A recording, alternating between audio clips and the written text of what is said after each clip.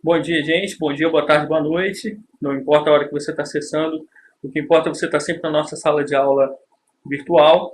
Estou aqui hoje para falar um pouco, apresentar um pouco esse eixo temático 3, que é o início aí da segunda parte do nosso curso, da parte final, né? Segunda parte final do nosso curso. O eixo temático 3 vai trabalhar com as temáticas diretamente ligadas ao imediato pós-independência. É um eixo que tem uma referência no número de aulas, né? O caderno didático um pouco menor do que o anterior, mas nem por isso menos importante. Nesse momento aqui, a ideia desse primeiro momento do eixo temático 3 e desse vídeo é apresentar um pouco do que a gente vai ver daqui até o eixo temático 4. Notório, a gente já discutiu isso, que o pós-independência ele traz um período inicial de, digamos, inoperância criativa. Não sei se o termo é muito forte, mas é um pouco isso, até o início dos anos 80. A gente tem duas questões aí que são muito fortes para trabalhar nesse sentido, que é, primeiro, o número de obras que haviam no prelo, que havia no prelo para serem publicadas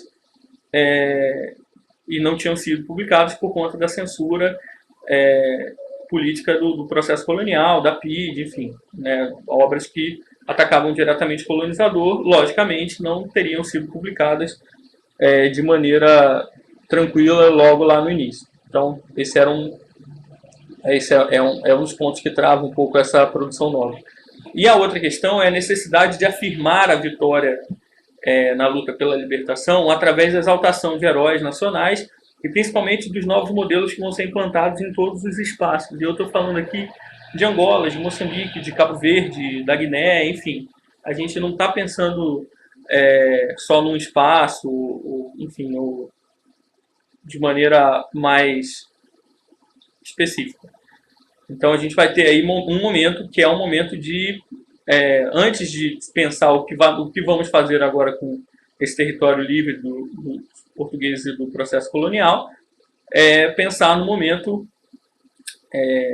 de afirmação dessa identidade a partir de uma identidade nacional, a partir de uma exaltação dos heróis e dos movimentos de libertação que, de certa maneira, ajudaram ou contribuíram para essa independência. A gente sabe que, apesar das guerras, né, de libertação em cada espaço, a independência foi na verdade, construída por meio de um acordo político, né, pós-Revolução dos Cravos em Portugal em 1974. Então, isso também vai fazer com que esse tema, né, da perda das colônias, da independência das colônias, seja muito recorrente na literatura portuguesa. E eu estou trazendo essa questão aqui também nesse momento, que não vai ser até uma coisa que a gente vai discutir diretamente no curso, porque cabe mais ao curso de literatura portuguesa, mas até para vocês fazerem esse paralelo, que vocês também ou já fizeram ou estão fazendo a literatura portuguesa agora concomitante e vão perceber isso.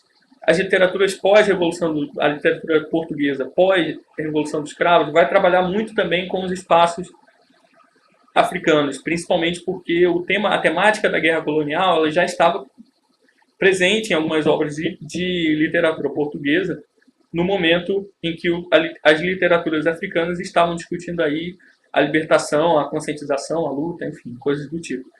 E por que isso acontece? Porque da mesma forma que as literaturas africanas estão brigando por independência junto a um governo colonial, a um poder maior, a uma metrópole, ainda de um modelo do século XV, XVI, XVII, quer dizer, isso já no século XX, os portugueses, a sociedade portuguesa está lutando contra uma dominação ditatorial interna, que era a ditadura salazarista, que dá início a isso tudo, a essa repressão toda nas colônias, a gente já viu isso, né?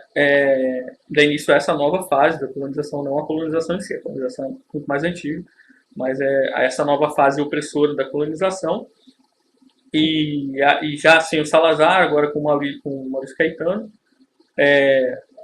a ditadura salazarista ainda, né, pelo salazarista aí pela ideologia que fica e tal, que continua, que é mantida, ela também está sendo contestada em Portugal pelos intelectuais, pelos escritores, e ao ponto de chegar a uma revolução dos capitães, a Revolução de Abril, de um grupo de militares sair à rua para tomar o poder e tirar, na verdade, não para tomar o poder, mas tirar do poder esse grupo que estava há tantos anos em Portugal nesse modelo ditatorial.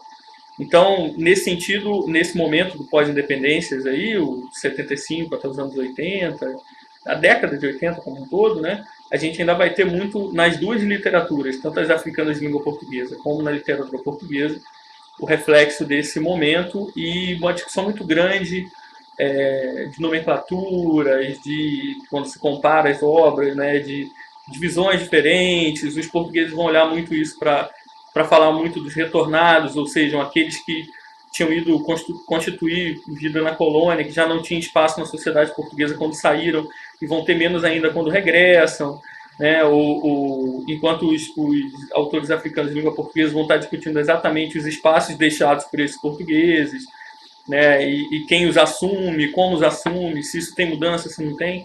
Então acabam sendo momentos interessantes até de fazer leituras comparadas. Autores portugueses que falam dos retornados e do momento português, né, no início dos anos 80, final dos 70 e início dos 80, e autores africanos que trabalham com essa temática do pós-independência, imediato pós-independência, ali também nesse mesmo período. Então esse é um dos primeiros pontos do nosso eixo temático 3. Nesse caminho, então, a gente vai discutir um pouco aí a obra, não a obra, mas um romance do Manuel Ruiz, chamado Um Romance Pequeno também ainda em tom bem infanto-juvenil e tal, né, também com mais novos, em diálogo com mais velhos e tal, que é o Quem Me Dera Ser Onda.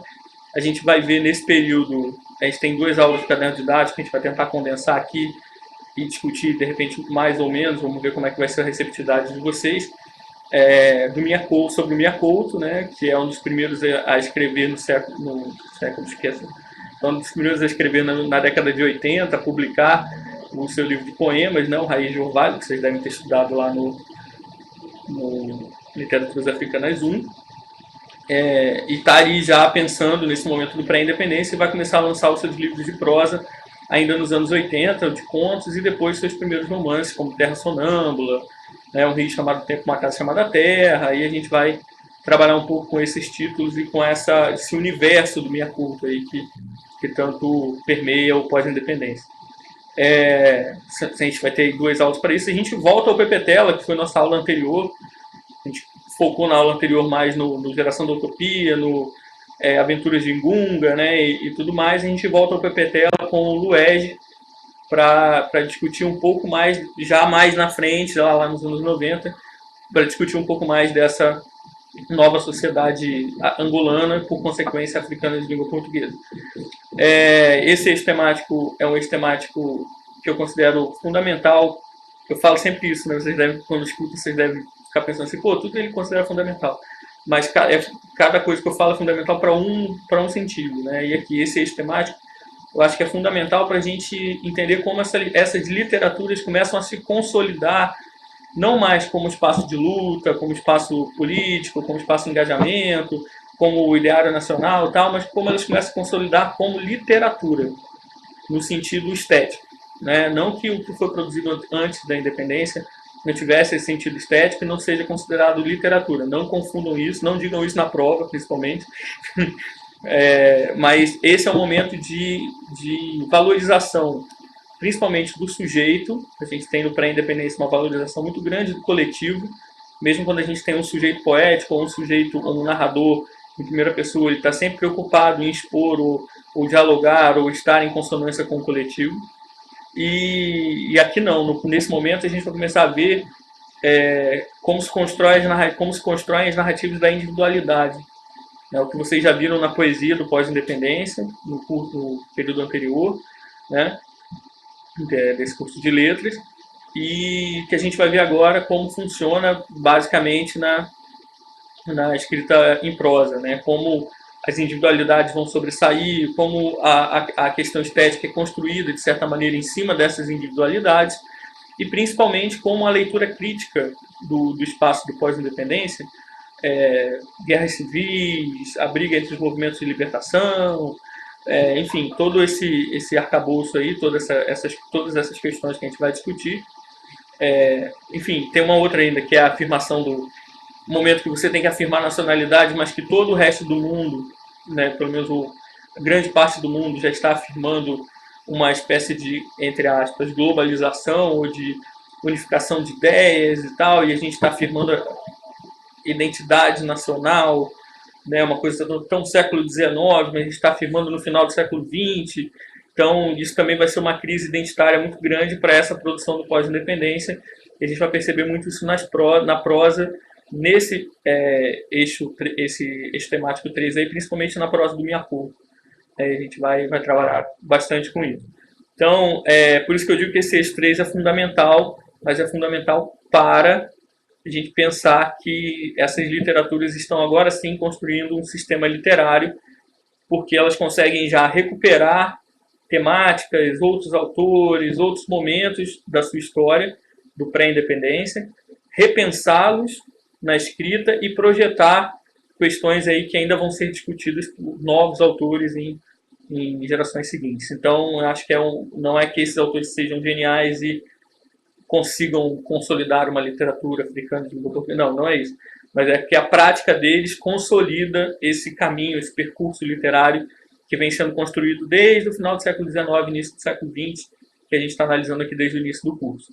Então, espero vocês aí nesse eixo temático 3 para a gente discutir mais um pouco dessas questões e ampliar também essas questões agora com o ganho aí de termos um autor que grande parte das pessoas já conhecem, né, tanto do curso anterior pela poesia, mas também de ter lido alguma coisa de prosa, que eu acho que vai propiciar aí um pouco mais de interação, de debate para a gente nesse espaço da sala de aula virtual.